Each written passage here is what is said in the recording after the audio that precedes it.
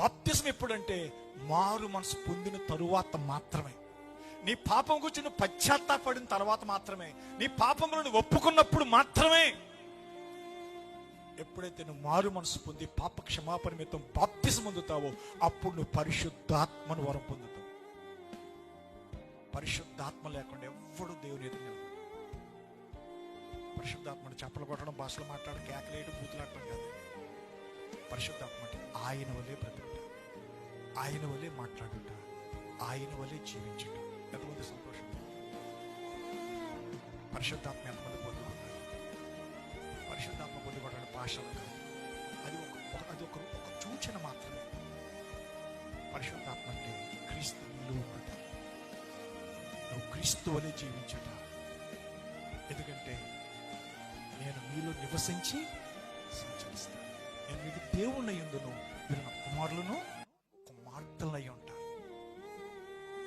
ఎవరిలో పరిశుద్ధాత్మ ఉంటుందో, ఎవరైతే తిరిగి జన్మించిన అనుభవం కలిగి ఉంటారో వారే నిజమైన క్రైస్తవులు. పరిశుద్ధాత్మ పొందుకోండి, దేవుని ఆత్మను పొందుకోండి.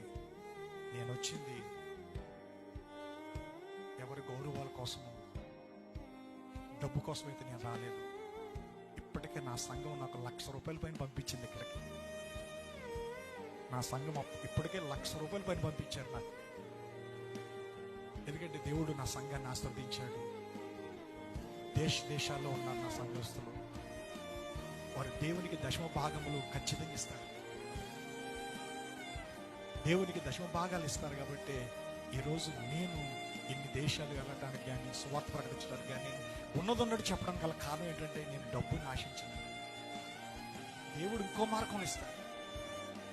ఎందుకంటే మిమ్మల్ని ఒకవేళ ఈ మాటలు హెచ్చరించకపోతే, మీ డబ్బు ఇచ్చుకుంటే మీరు నశించిపోతారు, ఇచ్చుకున్న నేను నశించిపోతాను.